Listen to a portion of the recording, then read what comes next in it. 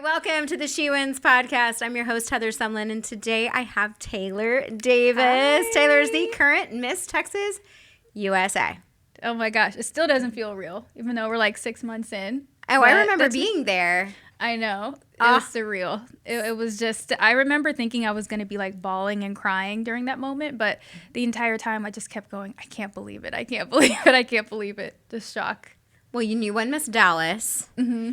And then I got the pleasure of being able to work with you from Miss Dallas to Miss Texas. I know. And then from Miss Texas to Miss Miss USA. USA. So what was that experience like, just kind of getting ready for the state competition and then for the nationals? Was there any difference in how maybe you prepped? Was there any difference? Oh, for sure. But I think the biggest thing was just the mental preparation. I feel like, going into, you probably remember, like going into Texas, I feel like I was just really getting in my head, especially when it came to comparing myself. And it's so easy when you're doing any competition to compare yourself to other people. But this is pageantry, so the name of the game is kind of comparing yourself to other people. So it's really easy to kind of get in that like me versus them mentality. But going into Miss USA, it was really just it was me versus me. So I feel like that's the advice I always try to give people. Like it's not you versus whoever else is going to be competing. It's just you becoming the best version of you, because that's what at the end of the day really shines on the stage. You can tell someone is just confident and they love the choices that they made. You could tell they really believe in the messages that they're sending, believe in the version of them that's on the stage. So I feel like that just made the world of a difference in the preparation, just going into Miss Texas versus going into Miss USA, because I wasn't comparing myself and I just knew that I was enough just as Taylor, so it was that was probably the biggest change, was just the mental preparation. Okay, so was there ever a time when you didn't believe in yourself, like in your life growing up? Yeah, I mean, in general, I feel like I've gone through a lot of different points in my life. I've always been very ambitious, but behind that, sometimes I'm just scared. I'm like, okay, I actually don't really know if it's going to work out, but I'm just going to try it anyway. Exactly. Just do it scared. Just try to do it anyway. But there's definitely been moments where I've had, self-doubt where, like I was mentioning, getting into the comparison game and wondering, have I done enough? Am I enough? Or, what are they looking for? But I think the moment that kind of snapped me out of it, honestly, was when I was at Miss Texas. This is literally like minutes before we went on the stage. I had this super cute opening number dress that I just loved. It was a custom opening number dress. And I was just really, in my head the entire weekend, just like, doubting myself, didn't know if I could even go through with it. But I was like, you know what, I'm going to wake up tomorrow and I'm going to be looking forward to putting on my custom, opening number dress, and it'll make everything okay. And then literally minutes before we get on stage, my dress breaks. So like the zipper in the back just completely broken and it wouldn't zip. All of the chaperones backstage had to like run, and they literally safety pinned my dress all the way up in the back. And so if you watch Miss Texas at the beginning of the pageant, you can see when I turn around after I introduce myself, it's just safety pins like all the way up the back. Oh, and nobody noticed, though. I know, nobody noticed, but I was just like, of course. This whole time I'm convincing myself that like the dress is going to give me this confidence, and then the dress breaks like right before. But I think it was just a sign, honestly, from God that was like, girl, you think it's the dress? Like, okay, now I have to break the dress. You know what I mean? Now I have to break the dress, because it's not about any of the material things. It's just about, having confidence in yourself as one of his children, to just know that at the end of the day, if he put that dream on your heart, like that's all the reassurance you need. That's all the confidence I ever needed. So yeah, after going through that, I feel like I was kind of able to snap out of trying to control all of these things, that really weren't in my control. I remember we had that conversation after Miss Texas. Yeah. Where you're like, I felt like everywhere I turned, something else was happening to literally force my focus back to what mattered. Absolutely.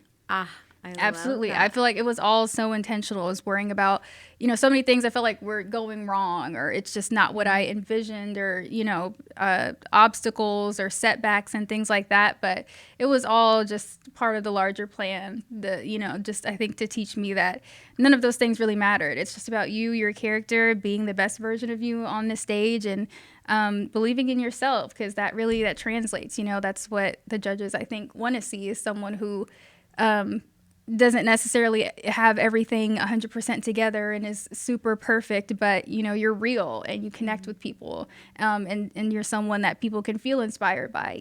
So yeah, wish the dress didn't break, but I'm glad it did because it taught, it forced me to realize, like, girl, it was never about the dress or all of these things. So did you realize that immediately, or is that something that it took a minute? It will.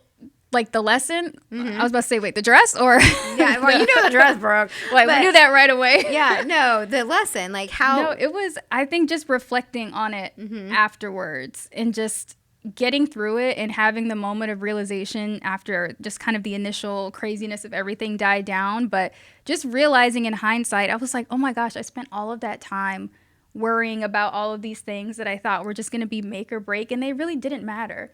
It was a cool dress. It was a cool dress. And shout out to Hannah Kornblum, because so talented. Yeah, she did my dress so talented. She nailed it. Yeah, nailed it. I mean, it was super cool. It was super cool. I loved it. I was so excited to wear it, and but it was just I totally just didn't put it on right because it was a heavy dress too. So it was your fault. Yeah, it was my fault for sure. I was supposed to button it before I zipped it or hooked it, before you zip it in. I didn't do that, so it broke. There you go. There you go. You're in a hurry, whatever. Exactly. But then you learned a valuable lesson. Exactly. Okay, so tell me another defining moment that you've had in your life.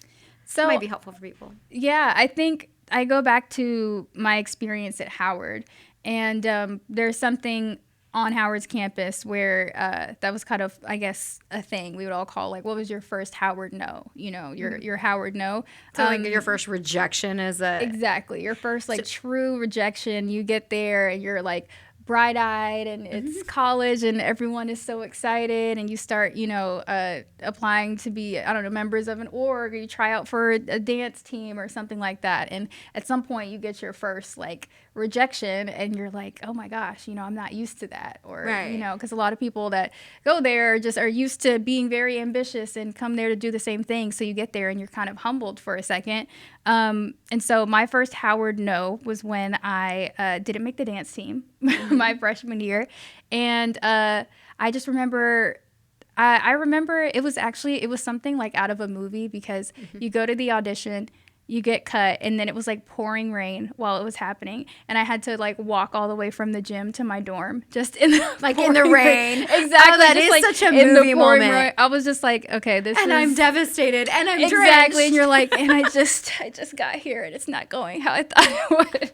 So melodramatic, but I think that your first Howard no, it's kind of an impasse, because sometimes you get a rejection when you really weren't expecting it, and it just totally derails the rest of your experience because you don't know how to, shake it off or bounce back from it.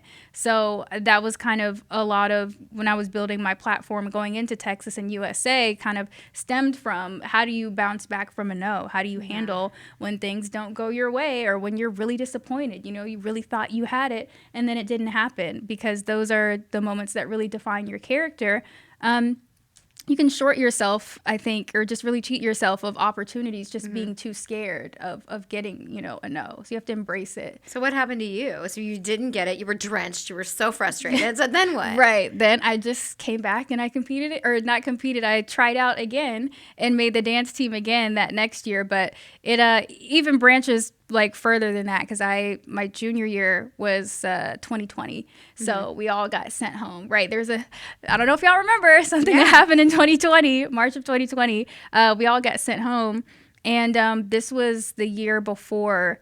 There were a lot of things I felt like were supposed to come to fruition for me, that were supposed to just be the pinnacle of my Howard and just my college experience. I was Miss Howard, so this was supposed to be my year where I'm on campus and I get to walk around. Oh, so you were Miss Howard during the pandemic. Yes, yes, Howard's first virtual queen. And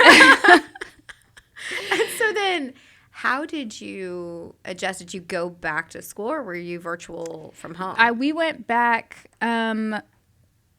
So we were virtual that entire year. I think I went back the fall of 2021 is when they let people come back on campus. So did you stay home? I did. I was home. I was just home and loved being with my family, but it was just not an environment to be, I think going to school. So it was just Yeah. it was just not a good semester. And I remember when they sent the email out to everyone saying that we weren't coming back to campus. And I just remember it just, oh my gosh, it felt so dramatic. It just felt like all of these things I was really looking forward to. Being Miss Howard, I'd also just joined my sorority at the time. Like, I just felt like these were things I was looking forward to my entire experience. I placed so much value on it.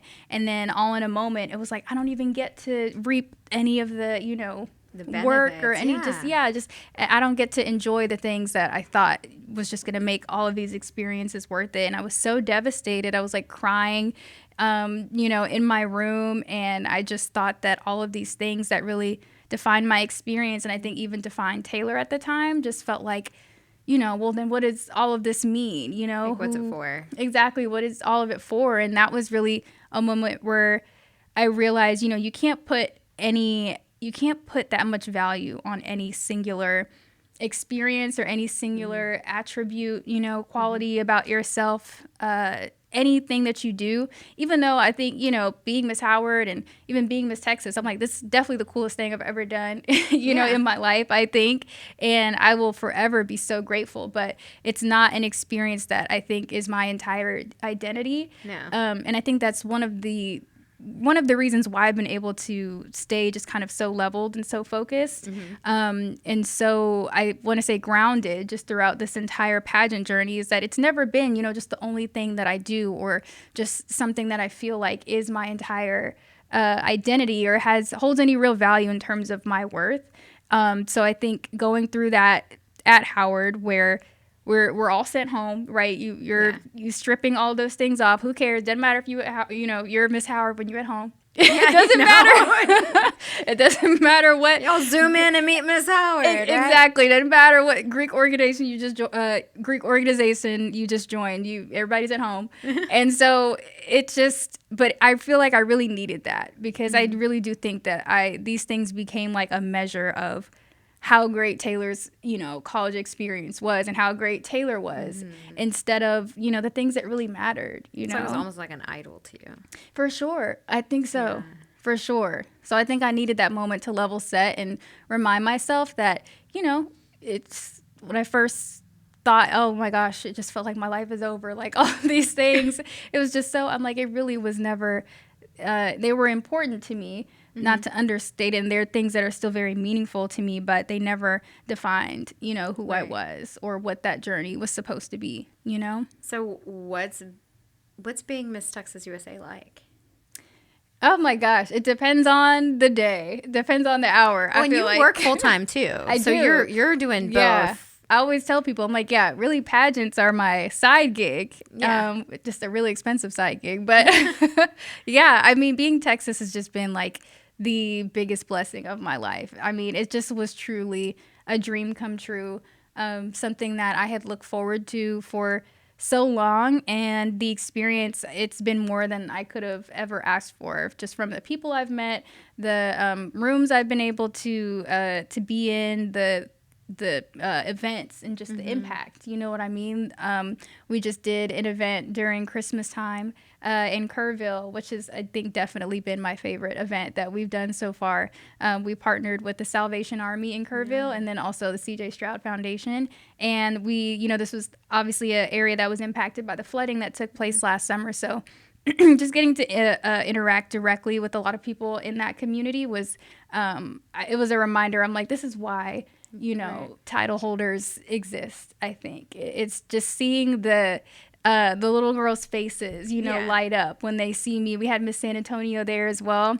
So just seeing their faces totally light up, and we had these little crowns that we were like passing out to them and crowning them, and just seeing their whole faces light up, and they're just, so giddy, and you can really see them connecting the dots like, wow, this is a princess. Like, I want to do something like that one day, kind of like reminds me of, when I first saw Deshauna Barber, who was really, it was at a leadership conference in 2019, an HBCU conference, and I saw her and heard her story, and I kind of had, I think, that same moment, that same giddy, like, wow, she's so beautiful, and, maybe I could do something like that, one day. So I think that is just the best part, honestly, about being Miss Texas USA, is having those moments, because I think that's what I'm here to do. I feel like just paying it forward and helping other people, give them that extra push. Sometimes that's all you need, is just an example, just that extra push to say, actually, I think I'm capable of way more than I might be able to, see right now for myself. So just that extra push that I can be for anyone, that extra bit of confidence, like, no, just do it, even if you're scared, just do it. When's the state competition? When do you have to give it up? Is it July? Are the dates public yet? Oh, I don't know. They have public dates. We do. There is a date, but I don't think I know then. Okay. Because I'm just guessing.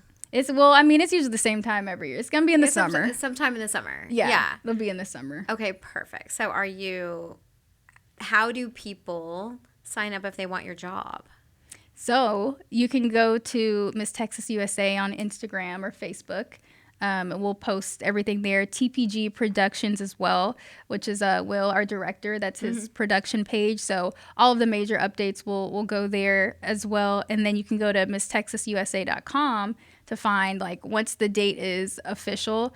And we have a lot of local pageants coming up too in the spring. So, and those will come like before the summer. Those will be kind of like all March, April. So Dallas has already happened, and then Dallas there's which ones? There's like Austin, San Antonio. Austin, San Antonio, Laredo, Rio Grande Valley, Houston is coming back. So that will all be, I want to say, like March, April. Do you get to go to those? Yeah, I do. Oh, that's exciting. I'm so excited. Yeah, I was cool. like knocking on everyone's door, like, actually, can I come, please? Nice. Okay, so if you could summarize what pageantry has taught you. I think to summarize what pageantry has taught me is to just do it scared. I always talk about doing it scared. Sometimes, you don't have to pretend like you're fearless and you just, I never get scared. I just, whatever. No, we all get scared. We all experience that. But it's just about, how do you move forward beyond that? You just got to count to 3 and just say, okay, do it scared. And then in addition to that, a quote, I forgot who said this to me, but something I always say just specifically with pageants is, the girl who wins the pageant is the girl who showed up and truly believed that she could. Yep. Like, that is, you would be shocked. Like, sometimes that really is a difference maker. If you don't believe in yourself, if you're not buying it, nobody else will. And that's not to make anyone feel bad, if you're not there yet. It's just about, you got to do that, inner work so that it shows up outside and it shows up on stage. Like, this is someone who's fun to watch because she's confident, she believes in herself, and she, it's that boldness that's like, you're looking at the judges and it's like, I dare you not to pick me, you know what I mean? Like, girl, do y'all see me right now? Like, I'm feeling it, I'm in my moment, and I know that regardless of whether or not I win, this version of me is a version I'm still very proud of.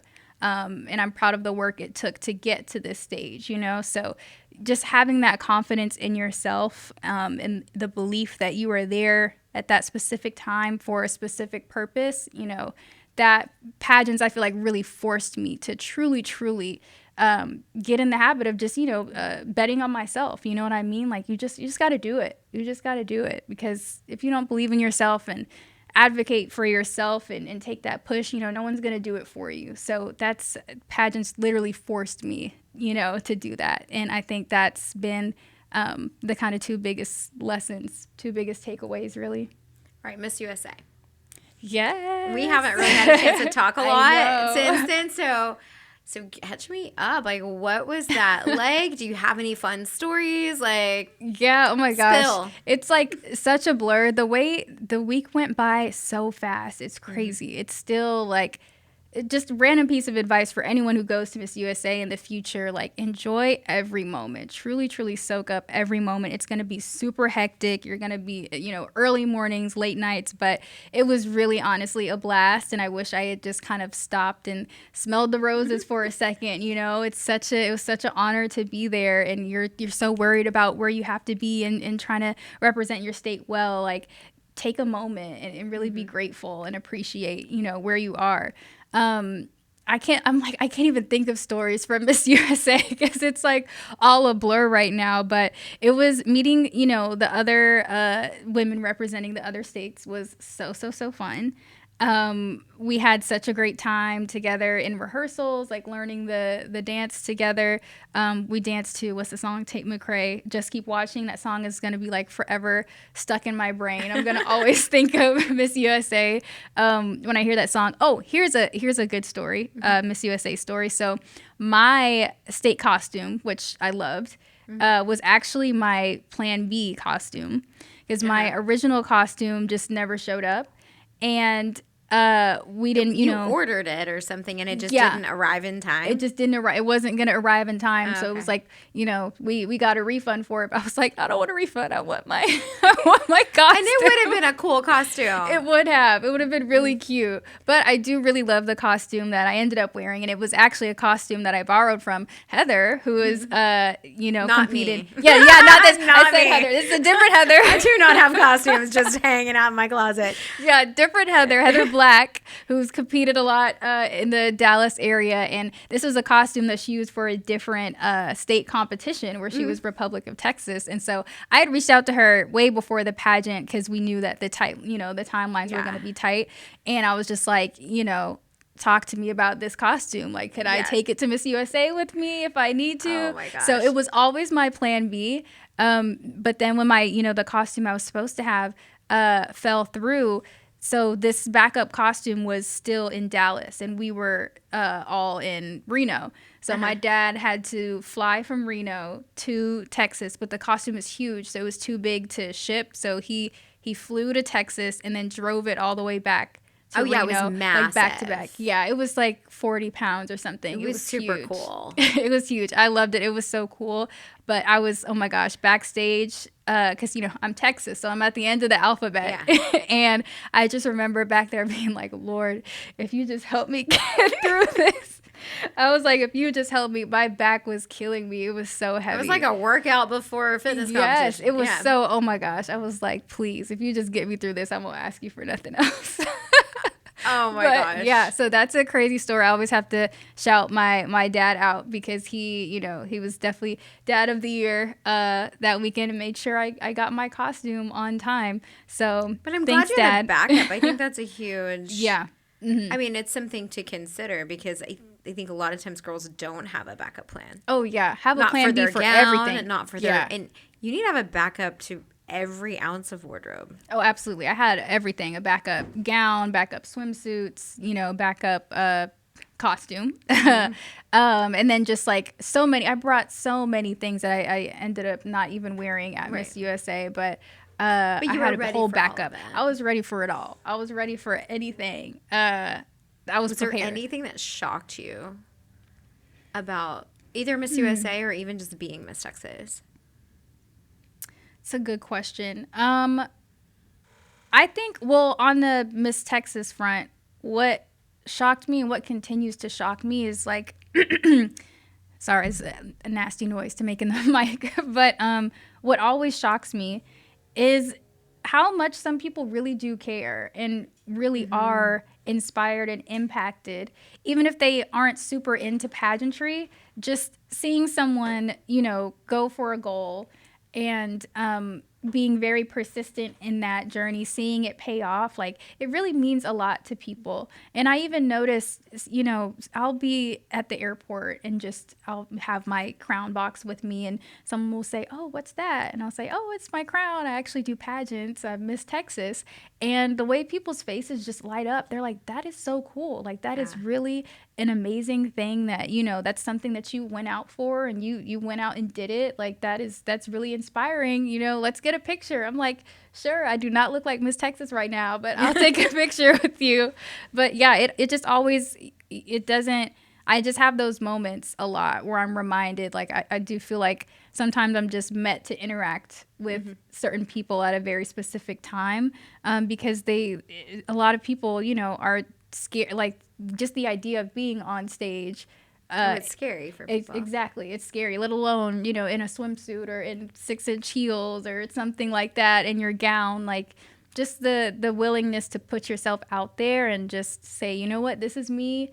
I'm confident confident enough in myself to, you know, put myself through this process and see it all the way through. That really means a lot more to people, I think, than I expected it to. So it became, you know, less about my pursuit of the crown and like what this journey meant for me, and just more about how am I using this platform to encourage other people. You know what I mean? If it may not be pageantry that you're interested in, but just something. If it's something in the back of your mind that's like, should I go for it? You know what I mean? I really do feel like I've been able to help a lot of people understand that sometimes the only thing separating you from that is just your ability to just go for it. Just take the step. To just take that leap. So I'm always surprised, you know, how much it, you know, being a title holder impacts people, and is how much it means to people. So I hope to just continue, you know, to do that. And even if it's just one person out there who felt compelled enough by my stories. I competed several times, you know. You competed in multiple states too. Yeah, I competed in Maryland because I was still at Howard at the time and living there. So I competed in Maryland, got top 5 on my first try, and I was like, okay, you know, maybe like I could really do this, because I kind of just signed up for it and did it. So you're like, oh, I got this. I was like, or not even I got this, but I was just like, oh, okay, cool. Like maybe, you know. Maybe it's good. Maybe it's a good thing for me to do, yeah. Exactly. I was like, maybe I could really, you know, be cool at this. And so, but I just knew that if I was at Miss USA, it had to be Texas, you know, across my chest. It just had to be Texas. I'm like, this is where I'm from. It's where, you know, I was born and raised. So, and I knew that it was going to be very difficult. Maryland is still a really competitive state, but, you know, Texas is just a different ball game. And then just adding another layer, you know, the first year I competed at Texas, 2023, there had only been 2 black women who had ever been crowned, because Ariana hadn't been crowned yet. So it was that in and of itself was really grueling, because sometimes you're like, okay, if I can't see people who look like me doing this, like, is that for me? You know, but I think it was more motivation to just say, like, I want to make it for me, and I want it to be, you know, an example for other people too. So yeah, I feel like there are a lot of people who really resonate with that story, resonate being an underdog, I feel like. You know, I feel like definitely every pageant I did, to some degree, I was an underdog. Either, like, you know, going into Maryland, that was the first time I had ever competed. So people were like, who is this girl? So you're top 5 in Maryland. Top 5 in Maryland, yeah. Then 2023 at Texas, I got top 5 as well. And that was my, you know, first time in Texas. So still, nobody really know who I was, and it was just like, okay, who's this random girl? What does her sash say? You know, Collin County, like, where is that? you know? So 2023 kind of showed up out of nowhere, got top 5. Then I came back 2024, and I made semifinals, but I didn't make top 5 that year. How'd that make you feel? Just honestly hungry to come back the next year and win. I was like, oh, okay, no, that can never happen again. Like, that is not going to be me. Yeah, I was like, oh, that can never happen again. Because I do think we talked about that too before Miss Texas. Yeah. I just knew, I was like, no, I got to come back and I got to win. It wasn't that I wasn't prepared in 2024, but I do think mentally I wasn't where I needed to be yet. And that needed to be part of my journey so that I could come back the next year and just be like, no, I'm coming to win. Kind of cool because Ariana won. Exactly. And then she was Miss Dallas. Yes. And then you went and won Miss Dallas. Yes, we had a double crown. And then you went and won Miss Texas. It was really, really fun. And it was so special. She was so happy. Like, I watched the, you know, video of me being crowned like once a week, maybe. No, not that much. But as like seeing Ariana's face. I'm trying to remember. Did this really happen? I know. Like, I watch it all the time, and I just like re-experience the emotions of the moment. I'm like, it's crazy, but I always just love seeing Ariana's face, because I'm like, she was just truly, truly happy. It always warms my heart so much. So yeah, and I remember like seeing her on the stage. She was like, back to back. It's really cool. I don't think that ever had happened. I don't know. Yeah, if I it don't had know. ever happened before. I really don't know. Not that I have no idea. Look at you making history. Look at Right. that. I'm like, in more ways than one. Okay. All right. I'll take cool. that. Let's do it. Let's do it. So what's next for you? So right now, just definitely figuring out, how to make the most of my reign and coming back to Texas. I always Miss USA and Miss Universe were, of course, like those have always been the goal. But, being Miss Texas was always kind of first and foremost, what I dreamt of doing. So I'm excited to just be back in Texas and back, in the community. We have different events coming up. We're partnering again with the CJ Stroud Foundation for a prom event coming up soon. We're going to be giving away prom dresses in the Houston area. So if someone wants to donate, then what do they do? Yeah, well, y'all can reach out at my email, MissTexasUSA2025 at Gmail. I'm like, wait, let me make sure. Yeah, MissTexasUSA2025 at Gmail. We are partnering with like a designer out there who's donating I think literally 100 gowns. It's crazy. But I think this is an event that they do every year. And now we're just, gonna, be a part of it. But so yeah, we have that coming up, and then just other kind of random events, local pageants that we'll be doing that I'm really excited to focus on. And then just continuing my career. I've always talked about just being a woman in sports, and how it's just, a lot of fun, but also just another example of I feel so blessed to be in a space where I may not, see a lot of people who look like me represented in that space. It just makes it that much more meaningful. And then I'm on a data team there. Anytime I tell people I work in sports or work for the NFL, they're like, "Are you a cheerleader?"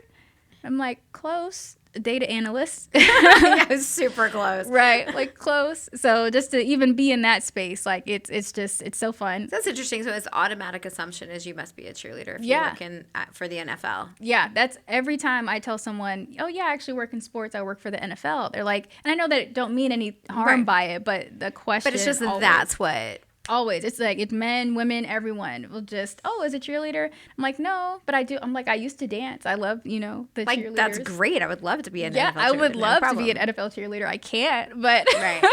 And then it's some people will be like, "Okay, on-air talent." And I'm like, "No, we're getting warmer. We're getting warmer, data analysts." So, yeah, it's always, blows my mind. It always happens. Well, people only see what they see. They see the players, they see the cheerleaders, they see the broadcasters. That's all that they see. The behind the scenes, they don't realize how many hundreds or thousands of people are actually employed by the NFL. Exactly. No, that's real. Because even before I started working there, I just had no idea the myriad of opportunities that existed within sports. That's one of the other things I just really love about the industry is that there are so many jobs, so many different ways that people help the game come together. A lot of community facing things too. Any job, really exists within sports. I think it's a hard industry to break into, but once you do get in, it's the opportunities that you're exposed to are just crazy. It's crazy. So if somebody wants to follow you, what's your social media handles? So my social media is Taylor Lauren with 2 N's and 2 underscores. Somebody beat me to my regular name, and then Miss Texas USA. So just TX for Texas, but Miss Texas USA for our official Texas page. And then again, we have the TPG Productions page that do a lot of just general Miss Texas updates. And those are all the places you can follow my journey. Oh my goodness. I'm so excited to continue to pick your brain. If you are not a She Wins Solutions for Pageantry Patreon member, I want you to join. Taylor has prepared at least 3 special tips for those who want her job or just want to compete in pageantry in general. So I hope that you will join the channel so that you can learn more. Thank you so much for joining me, Taylor. It's been great. Thank you for having me. Thank y'all. Bye, everyone.